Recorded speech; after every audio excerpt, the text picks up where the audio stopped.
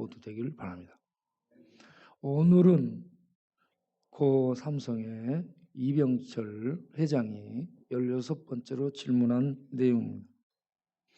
부자는 정말 지옥 갈 정도로 악인인가? 부자 니꼬르 악인. 부자는 악인이니까 천국 못 가는 것인가? 본인이 부자이고 그렇기 때문에 이런 질문을 가졌으리라고 봅니다. 자, 그런데 부자는 악인이고 지옥 가는가라는 질문을 한다면 NO라고 답을 합니다. 아니에요. 부자라고 전부 악인이고 전부 지옥 가고 그러면 그런 게 아닙니다. 부자 중에 선한 분들이 얼마나 많고 부자 중에 하나님의 뜻을 위해서 일평생을 헌신하다 가신 분들이 많습니다.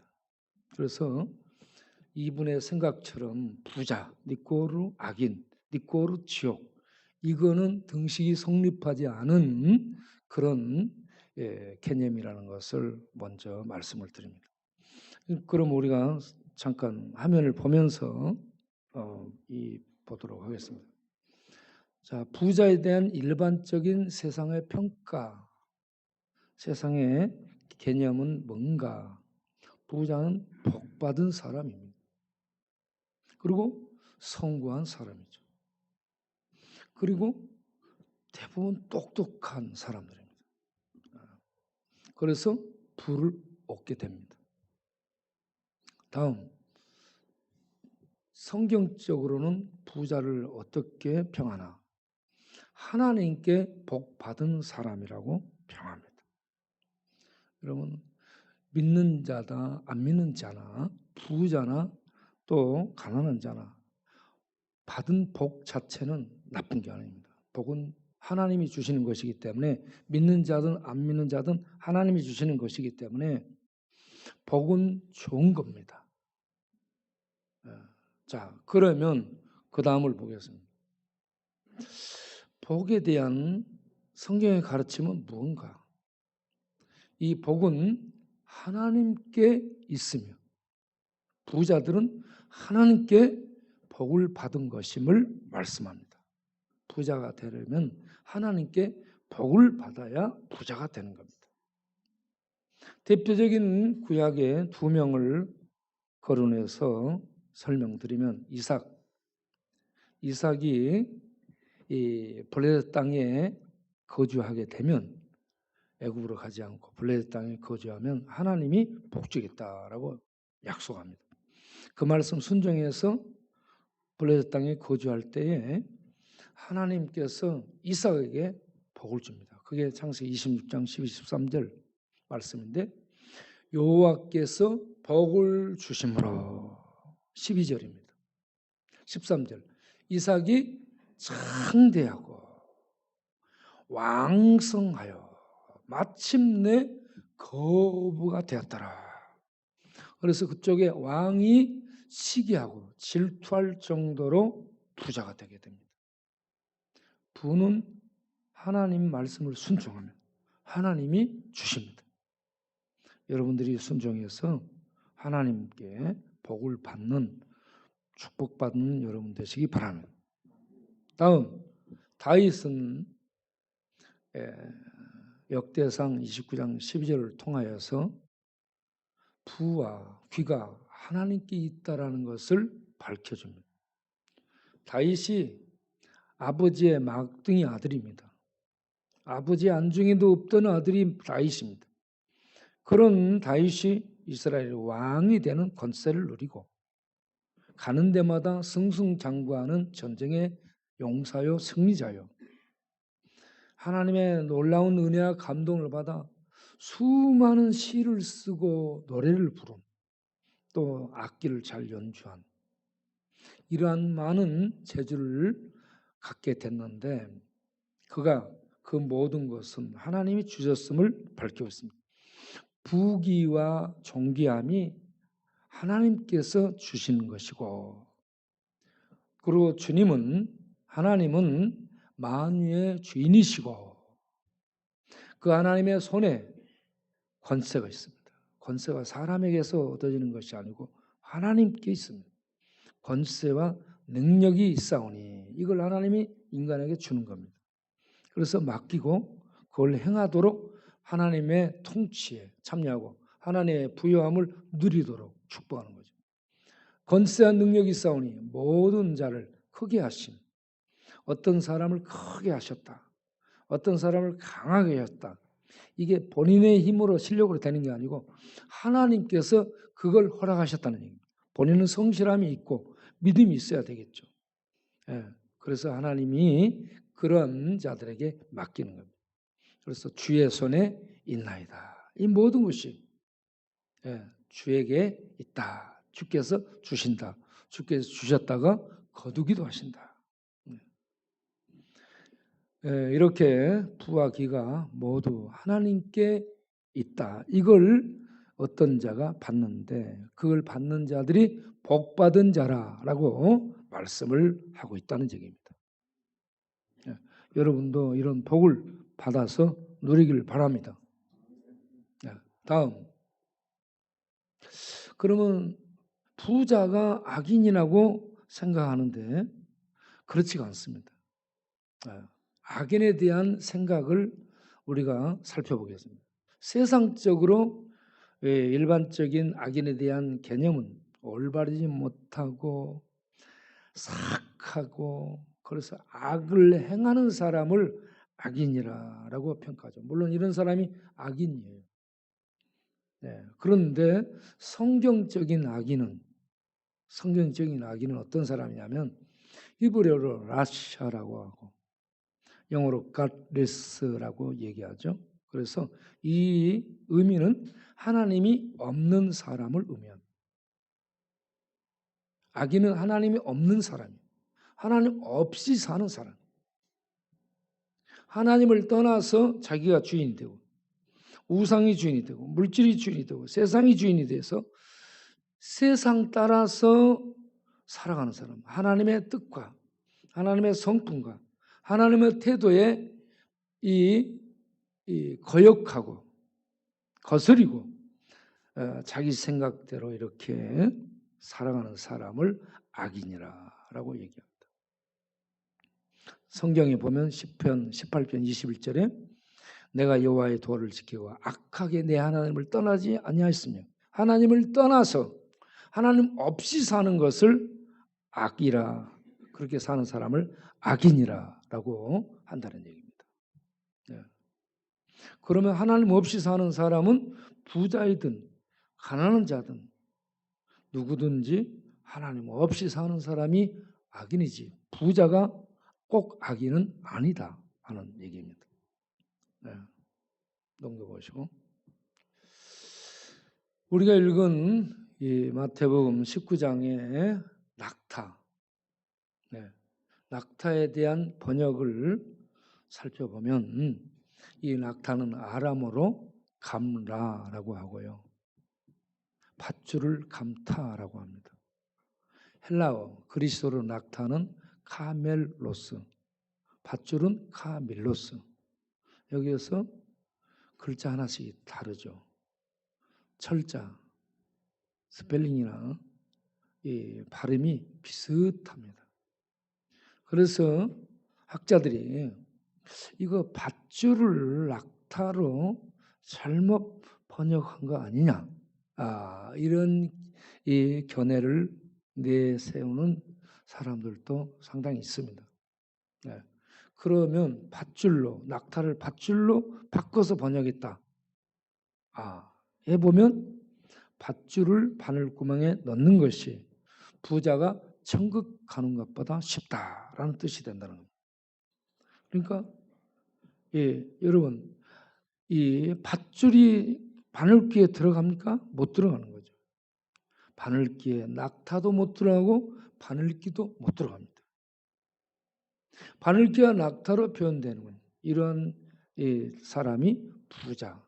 부자는 뭔가를 많이 가지고 있는 거죠. 뭔가를 많이 가지고 있는 덩치가 큰 낙타 같은 사람. 이런 사람은 바늘귀 같은 이러한 문을 통해서 천국에 못 들어간다 라는 얘기를 하고자 하는 겁니다. 자, 그러면 우리가 바늘기는 뭔가? 네. 바늘기가 뭔가? 네. 바늘기가 이 낙타, 밧줄, 바늘기 이런 건 전부 문학적인 기법 중에 비유법입니다. 어떤 것을 비유하기 위해서 이렇게 뭔가를 사용하고 있습니다. 여기에 나온 바늘기는 무엇을 의미하는 거예요? 성경의 뜻은 바늘기는 하나 있고요. 좁다라는 것이고 다른 길이 없음을 의미한다는 것을 알 수 있습니다. 그래서 이 바늘기는 결국 천국 들어가는 문, 천국 들어가는 길은 바늘기처럼 좁은 그러한 통로라는 것을 얘기합니다. 좁은 통로, 좁은 문은 하나님이 제시한 좁은 문은 예수 그리스도 한 분밖에 없는 줄로 믿습니다. 여러분, 이 예루살렘 성으로 들어가는 넓은 문, 큰 문이 있다. 그러면 누구나 다 들어갑니다. 그런데 바늘기처럼 작은 문이 있다. 그러면 못 들어가게 되는 거죠. 천국에 들어가는 길은 많은 길이 있거나 넓은 문이 있거나 그러지 않고 예수 그리스도 딱 한 분밖에 길이 없음을 믿으시길 바랍니다. 다른 길은 없습니다. 다른 길이 있으면 다른 길로 안내를 하겠죠. 또 다른 길이 있으면 구태 예수 믿어서 이렇게 구원 받으라라고 얘기를 할 필요가 없겠죠. 그런데 성경에 바늘기 같은 구원의 길, 천국 가는 길은 다 하나 예수뿐이다라는 얘기입니다. 두 번째, 본문에서 말하고 있는 부자는 어떤 사람을 얘기하는가? 부자는 많은 것을 소유하였으되 하나님을 안 믿는 자를 의미합니다. 부자로 많은 걸 소유했을 때 하나님을 믿는 자는 악인이 아닙니다. 하나님 백성입니다. 의인입니다. 그런데 많은 걸 소유하고 하나님을 믿지 않기 때문에 이런 자들은 악인이라고 말할 수 있고 이런 자들은 천국에 들어갈 수 없다는 얘기입니다. 그러면 뭘 많이 소유한 자들 외형적으로 부라든지 집이라든지 부동산이라든지 돈이라든지 이런 걸 많이 소유한 자들만 그러는가? 없는 사람들도 얼마나 교만으로 가득 차 있는지 모릅니다. 그래서 어떤 뭔가를 많이 가지고 있으면서 하나님을 믿지 않고 거부하는 자들, 이런 자들이 악인이고 이러한 부자들이 천국에 들어갈 수 없다. 왜? 하나님을 받아들이지 않거든. 자기 속에 뭔가 많이 있기 때문에 하나님을 안 받아들여요. 다 망하고 아무것도 없는 길거리에 있는 누워서 뒹구는 사람들도 가서 어떤 사람들 얘기하면 저리 가라고 얘기합니다. 전도하면 아니 그런 얘기 하지 말라고 저리 가라고 화를 내고 신경질 부리고 그렇습니다. 그런 사람은 자기 속에 뭐가 많은 부자입니다. 부자예요. 이렇게 뭔가를 많이 갖고 있는 외형적이든 아니면은 무형적이든 뭔가를 많이 가지고 하나님의 말씀에 귀 기울이지 않고 하나님의 말씀을 받아들이지 않는 자는 부유한 자요 악한 자라고 평할 수 있고 이런 자들은 그 좁은 길 예수 믿고 하나님 앞에 무릎 꿇는 이 길을 걸을 수 없기 때문에 이런 자들은 구원받을 수 없다는 얘기입니다. 세 번째, 그러면 누가 구원을 받을 수 있는가라는 얘기입니다. 마태복음 19장 25절 26절에 얘기를 듣고 난 제자들이 구원 누가 받을 수 있을까? 정말 어려운 것인데 이런 얘기를 할 때에 사람은 할 수 없으되 하나님은 할 수 있느니라 라고 구원은 하나님이 하시는 일임을 밝혀주고 있습니다. 여러분, 구원을 하나님이 하시는데 어떻게 이루시냐면 하나님의 아들을 보내가지고 십자가에서 그 아들을 저주 가운데 죽입니다. 하나님이 아들을 통해서 하늘과 땅에 사람 보이는 길을 탁 건설하고 그래가지고 하늘과 땅에 빛이 탁 뚫어진 길이 만들어져서 누구든지 그쪽 가서 거기 가서 표 끊어서 딱 서면은 그걸 통해서 천국으로 가거나 이런다면 좋겠는데 보이니까 길이 있구나 인정할 수 있는데 이거는 하나님이 구원한다 해놓고 구원자를 보냈는데 구원자가 세상의 사람들에게 저주받아서 십자가에 못 박혀 죽어버리네.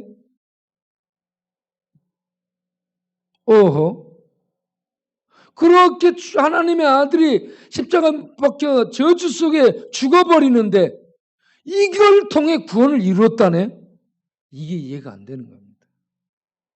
여러분, 과학은 실제적으로 보이는 것들을 이렇게 발견하거나 어떤 원칙을 발견하거나 어떤 것을 발견해 찾아가지고 이거 실제야 딱 사진 갖다 보여주고 어떤 계산을 보여주면서 이렇게 나왔어. 이렇게 하기 때문에 실제 있네. 맞네. 과학을 설명하면 그래서 사람들은 다 믿습니다. 과학은 믿는다 하죠. 그런데 기독교 우리 교회는 하나님 보이지 않아요. 십자가에 구원의 길을 내셨다? 구원의 길을 씻고 봐도 안 보여. 저주 속에 죽어버렸는데 무슨 거기에 구원의 길이 있어? 말이 안 되는 거예요. 그리고 천국? 하나님 나라? 있다? 아니, 보이지 않는 하나님이 설명을 해야 돼. 구원의 길 보이지 않는데 설명을 해야 돼. 하나님 나라 보이지 않는데 설명해야 돼. 그래서 우리 설명하는 사람들이 이빨에 땀이 흐르는 거예요. 말이 안 돼, 말이. 과학은 말이 되는 걸 갖다 놓고 보여주잖아. 어쩌고저쩌고. 그러니까, 맞네. 있네. 그렇지. 그 자리를 떠나갈 때, 그렇지 하고 속에서 긍정하고 갑니다. 그런데 기독교는 보이지 않는 하나님, 막 설명하고 땀 흘리고 한 얘기 또 하고 또 하고 구원의 길 예수 막 얘기해. 당신은 열심히 얘기하는데 나는 눈을 씻고 비비고 봐도 구원의 길이 안 보여. 하나님 나라 천국 어쩌고저쩌고 늘 찾아서 얘기하고 그러니까 나중에 믿어줄게 목사님. 믿어드릴게. 예. 이게요, 설명을 듣고 복음을 이렇게 설교를 듣고 할 때에 하나님에 대해 얘기하고 구원을 얘기하고 천국을 얘기하면 사람들 속에 뭔 생각이 들어요? 야, 네가 봤냐? 너 그거 알아? 너 알고 하는 거야? 너 그거 봤어? 과학자들은 보고 얘기하잖아. 너 봤어? 너 진짜 아는 거야? 저 거짓말을 어쩌면 저렇게 잘하지? 예, 이런 식이 되는 거예요. 그런데 우리들이 하나님 나라 보이지 않고 하나님 보이지 않고 구원의 길 보이지 않는데 이걸 사실처럼 막 얘기하니까 어쩜 거짓말을 저렇게 사실처럼 얘기를 잘하지? 이런 식으로 생각한다는 거죠. 그래서 기독교인들은 믿지 않은 사람들에게 어떤 사람으로 이해를 해요? 사기꾼이요. 거짓말쟁이고 볼 수 없고 보이지도 않는 것을 이렇게 얘기하니까 허무맹랑한 거예요. 그냥 너희들은 있다 없는 것을 있다라고 생각하고 그렇게 하겠지 이런 식이 되는 겁니다. 그런데 성경을 통해서 보면 하나님은 실제이시고, 할렐루야.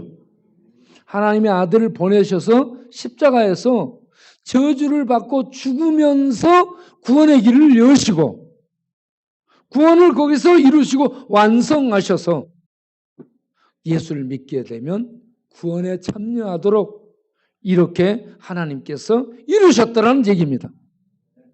그리고 예수께서 가지고 온 구원받은 자들이 갈 하나님의 나라, 천국이 실제 있다라는 얘기입니다. 그래서 성경을 읽게 되면 이 모든 내용이 사실이고 실제고 존재하고 있는 사실이라는 얘기입니다. 할렐루야. 그래서 우리는 하나님의 말씀을 듣고 또 읽고 그걸 사실로 받아들이고 성령의 역사 속에 받아들이고 그리고 하나님을 만나게 되는 겁니다. 할렐루야. 우리가 요즘 어떻게 해요? 인터넷을 치고 핸드폰을 이렇게 스마트폰을 열면 없는 사이버 공간이 딱 뜨죠. 사이버 공간이 떠서 거기서 모르는 사람들하고 막 이것저것 얘기가 대화가 이루어지는 사이버 공간이 우리에게 실제로 있구나 하는 것을 다 알게 됩니다. 이런 걸 통해서 우리는 사이버 공간이 아닌 성령을 통해서 성령 안에서 보이지 않는 하나님과 예수 그리스도라는 키워드를 넣어서 비밀번호를 넣어서 실제로 하나님과 성령 안에서 교제와 대화와 소통이 이루어지는 줄로 믿습니다. 얼마나 놀라운지 몰라요. 이 말씀들을 통해서 하나님과 대화를 하는 겁니다. 그러면 기쁘고 즐겁게 됩니다. 이와 같이 하나님은 구원의 길을 하나님이 여시고 우리에게 말씀을 통해 찾아오셔서 성령으로 비춰가지고 그 세계를 보게 하고 믿게 하시고 그런 다음에 하나님 안에서 조통하며 소통하며 이 땅에서 천국을 보이지 않는 천국의 그 실제를 누리며 살게 하시는 이런 놀라우신 하나님이라는 말씀. 여러분 그걸 누리고 살고 계십니까?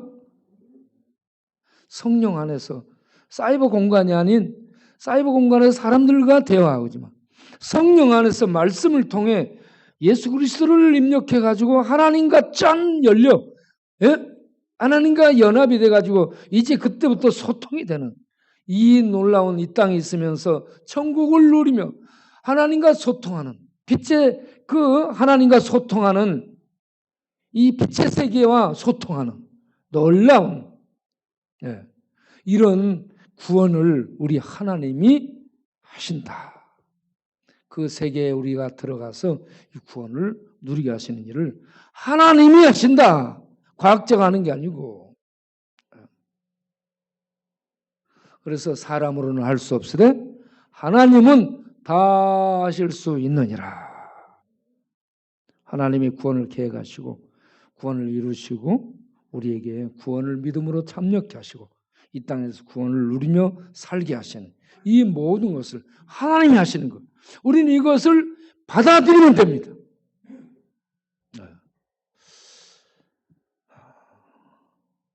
안타까운 것은 이런 것을 얘기를 할 때에 이해가 안 되기 때문에 잘 못 받아들이고 그렇습니다만은 그러나 계속 참여해서 하나님의 말씀을 듣고 하나님의 은혜의 빛을 이렇게 공급받게 되면 언젠가 세계가 열리고 믿어지고 그리고 그 세계에 믿음으로 들어가서 하나님을 만나는 축복이 있게 될 줄로 믿습니다. 이러한 은혜를 우리는 세상에 공급하기 위해서 계속해서 활동을 할 수 있게 되기를 바랍니다.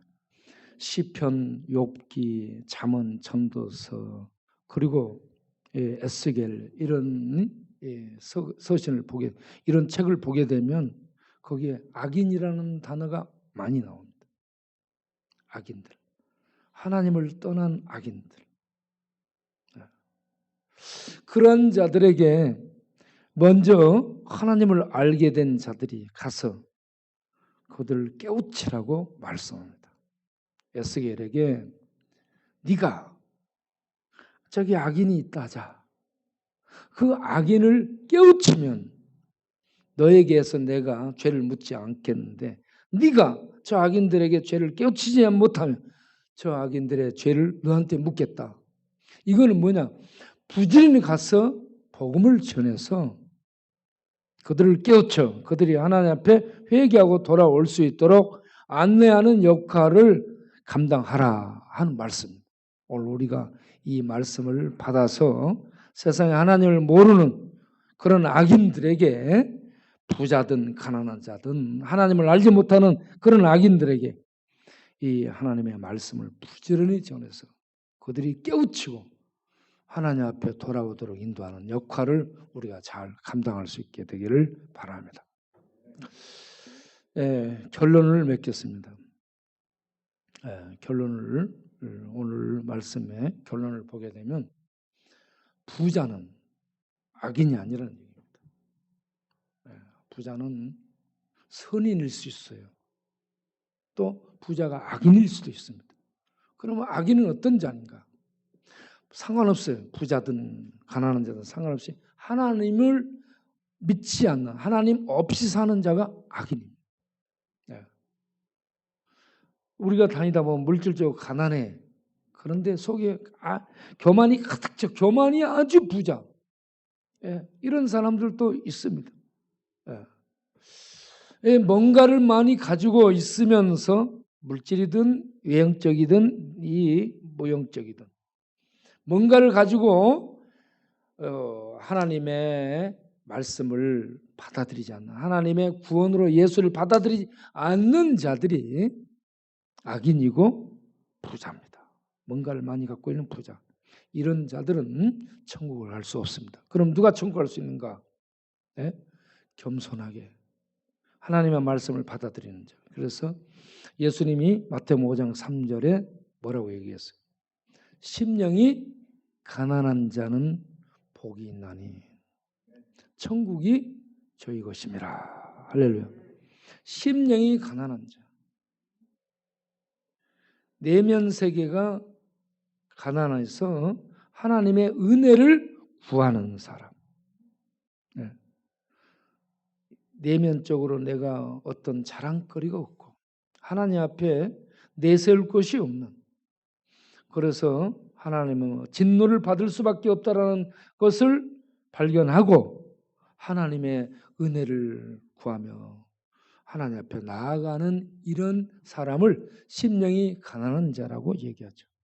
이런 심령이 가난한 자가 복이 있어요. 복. 그래서 천국을 얻는다.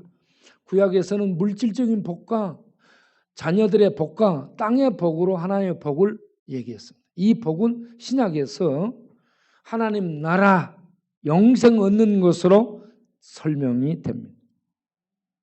이 땅에서 물질적으로 수없는 이 부와 명예의 권력을 누렸다 할지라도 그가 천국 생명을 얻지 못한다면 그는 망하는 사람이에요. 정말 인생을 잘못 산 거죠. 그런데 이 땅에서 돈 없이 뭐 없이 살았다 할지라도 하나님이 보내신 아들 예수를 믿어서 천국 생명을 얻었다면 그는 구약에서 말한 그 복의 실체인 참복인 영생을 얻은 복된 자가 된 줄로 믿습니다. 부자는 천국 갈 수 없다. 그러면 천국 갈 수 있는 사람은 누구냐? 심령이 가난한 자가 천국 갈 수 있다. 어떻게? 예수 믿어서. 너희들은 뭐예요? 심령이 가난한 자가 되라는 얘기입니다. 심령이 가난하여 예수를 믿어서 천국 좁은 문으로 들어가 천국 갈 수 있도록 너 자신을 준비하라. 미국의 두 유명한 부자를 비교해 보면 록펠러와 하워드 휴즈를 비교를 해보겠습니다. 예. 하워드 휴즈 항공회사를 경영했고 비행기를 개발했던 사람, 만들었던 사람, 방송사를 소유했던 사람. 그의 키는 193이에요. 영화도 촬영했는데 영화에도 직접 자기가 나오기도 하고 그랬던 사람이죠. 아주 수많은 부와 명예를 누리고 살았던 사람이 나중에 돌아가시기 10여 년 전부터 의심병이 생겼어요. 아무하고도 상대를 못해. 그래서 고층 건물 높은 빌딩 맨 위에 층을 빌려서 거기에서 은둔하고 기거하는 이런 생활하고 아무하고도 얘기 않고 이 비서들도 접촉하는 것도 꺼리고 심지어는 손 문잡이 여는 것에도 세균이 많다라고 의심하면서 그것마저도 천으로 싸가지고 그걸 이렇게 손대고 그럴 정도로 이렇게 의심병이 들었다고 그렇습니다. 너무 참 묘해졌죠. 결백증이 생기고. 그렇게 해서 못 먹고 활동 못하고 그러다 보니 193cm의 키가 몸무게가 42kg 됐다. 그러면 어떻게 돼 42kg? 우리 정준영 이제는 몸무게 몇 킬로 나가요? 50 정도. 여기는 지금 이렇게 말랐는데도 50인데 42kg는 얼마나 말랐다는 얘기입니까? 그래서 멕시코의 높은 빌딩에 있다가 아무리 이렇게 해도 소식이 없어서 들어가서 보니까 다 죽어 한쪽에 앉아가지고 발발 떨고 있더라고요. 돈 그렇게 많은 억만장자가 이렇게 죽어갑니다. 그래서 비행기를 보내서 비행기로 병원으로 수송을 하게 되는데 수송하는 중간에 비행기에서 죽었습니다. 그런데 그가 죽어가면서 남긴 말이 nothing, nothing, nothing. 아무것도 없다. 아무것도 아니다. 예, 불교적 용어로 하면 허무. 예, 죽어버리면 끝이라. 그거 많은 거 아무것도 못 가져. 그런데 이 사람에게 부인도 많고 자녀들도 많았대요. 그런데 장례식장에 아무 자녀들이 오지 않았다고. 예, 노숙자로 죽은 거죠. 이 사람은 하나님을 믿지 않은 악인이었습니다. 이렇게 볼 수밖에 없습니다. 다음에 록펠러를 보게 되면 록펠러는 가장 가난한 사람이 부자가 되었다고 회고합니다. 57세의 암으로 죽는다고 사형 선고를 받았죠.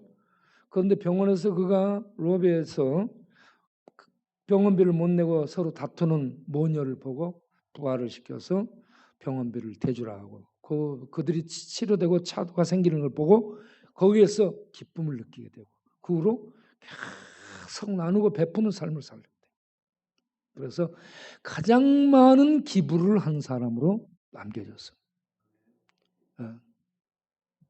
그리고 그에게 교훈을 준 어머니, 얘야 하나님을 잘 믿어라. 그래서 주일 예배를 빠지지 않는 사람입니다. 그 어머니의 10가지 유언이 있어요. 어머니의 그 가르침을 받아들이게 됐는데 그 어머니를 기념해서 세운 교회가 뉴욕의 리버사이드 처치라는 교회입니다. 그 교회에 온 가족과 함께 주일이면 항상 나가서 예배를 드립니다. 11절을 제일 많이 하는 사람. 예배 드리기 전에 와서 예배 기도를 준비하고 목사님 예배 끝나고 설교 끝나고 나면 제일 오래 남아서 하나님 앞에 그걸 가지고 기도하며 이렇게 살 것을 다짐하면서 일어난 사람. 그래서 그 후대들이 후대가 다 잘된 믿음으로 살고 잘된 그런 집안이라고 알려지고 있습니다. 하워드 휴즈. 내가 이렇게 느껴져요. 하워드 휴지? 뭐 이렇게 휴지 같이 느껴요.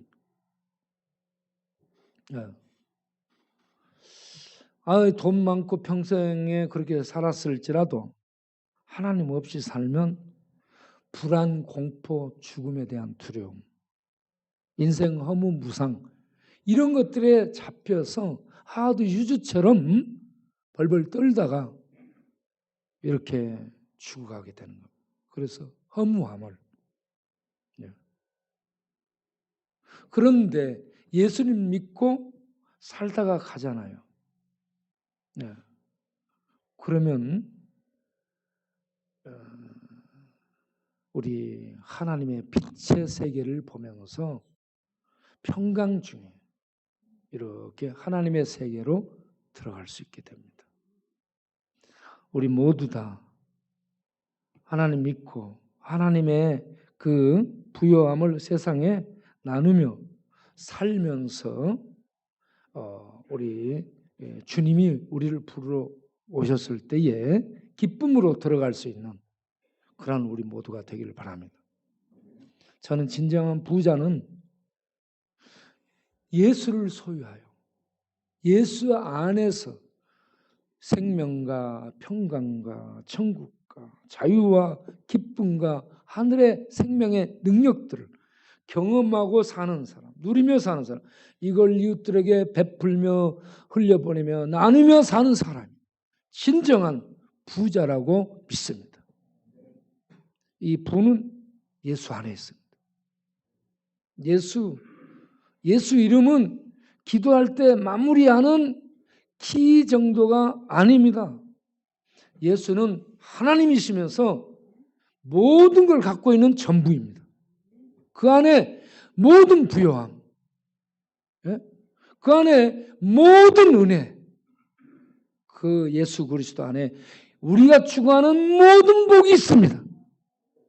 예수를 믿고 예수 안에 있는 자, 예수를 소유한 자, 진정한 부자요 복된 자입니다. 여러분 예수님 믿습니까? 부자입니다. 여러분 예수님 믿습니까? 천국을 소유한 자입니다. 여러분 예수님과 함께 살고 있습니까? 천국을 누리는 자입니다.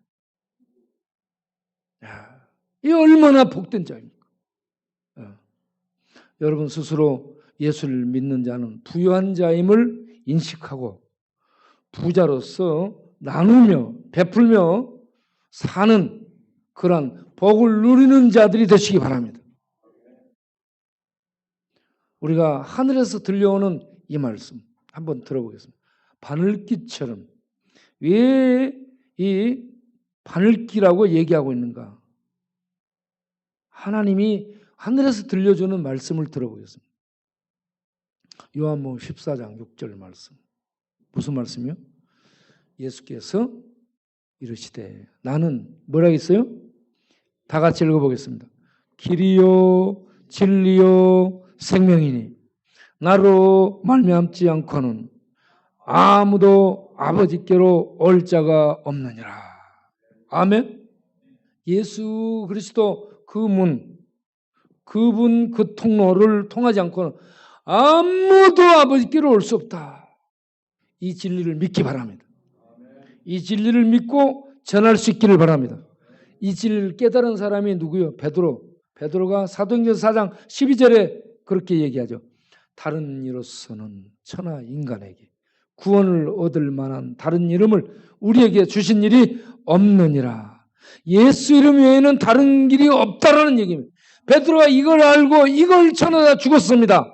세상은 이걸 안 들어요. 세상은 이런 얘기를 하지 못하게 입을 막고 죽입니다.